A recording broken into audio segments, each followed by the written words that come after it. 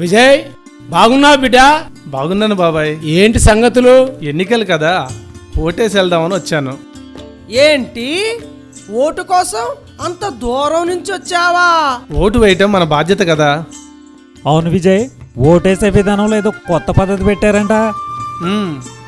మనం ఏ గుర్తుకు ఓటేస్తామో దాన్ని కళ్ళారా చూసే పద్ధతి. అంటే మనం ఏ గుర్తుకు ఓటేశామో ఖచ్చితంగా కళ్ళకు కనపడుతుందన్న మాట. కనిపిస్తుంది. ఆ తరువాత ఎలాంటి అనుమానాలకు తావే లేదు. అబ్బా, ఈ పద్ధతి భలే బాగుందిరబ్బాయ్.